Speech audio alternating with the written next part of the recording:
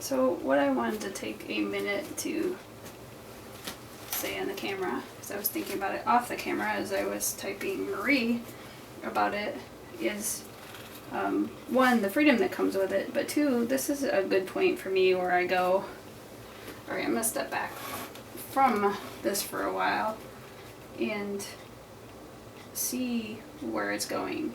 Like, come back with fresh eyes, take a few pictures of it, and decide, like, what am I seeing?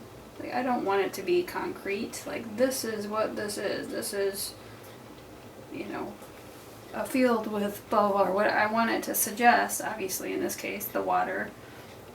Maybe water in the background, the light, the greens.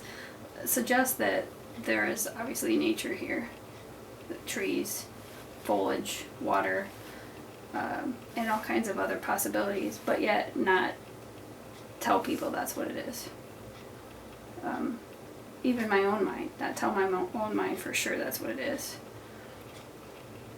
But I also want to look at it and go, do I like the composition? Do I like where things are at? What do I want to develop more? Do I want to go further, which I do.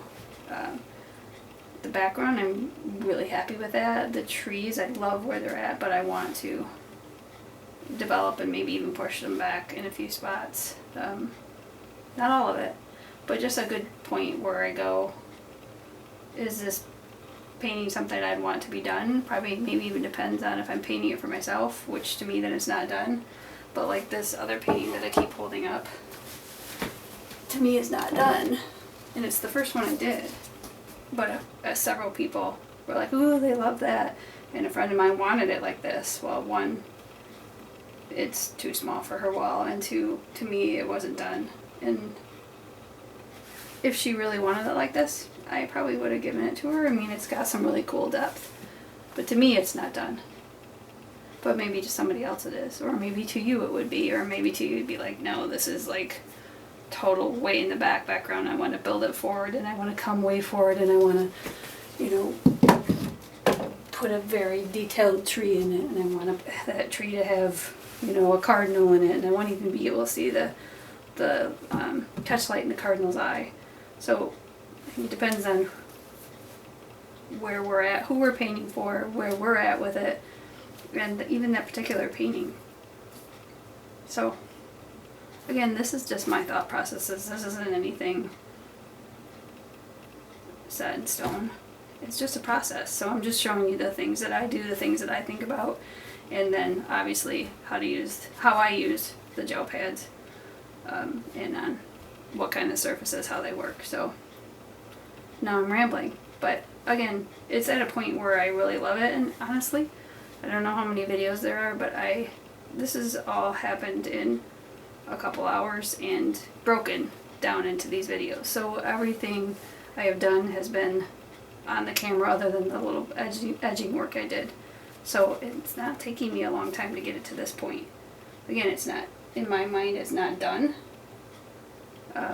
Even, my hands have paint on them, so I'm going to be careful. Even these that I did, the 3 set, I think I showed you, maybe I didn't. I wouldn't have these be done, but to the person I painted them for, they're done. I would bring them even further forward into realism, and obviously they'll be sprayed and more finished looking. I do really like the way the paint sets on that wood. So, and you can see how thin the layers are in these, that you really can still see the grain of the canvas. And again, do you want to see it? Do you want that to show through, or do you want to build up more layers? So for me, an important part of the process is stopping and deciding, where is this at? Where is it going? I don't want to kill it, but I also don't want to be done before I feel it's done. So I don't know if I really said much at all, but I felt like it was important to say.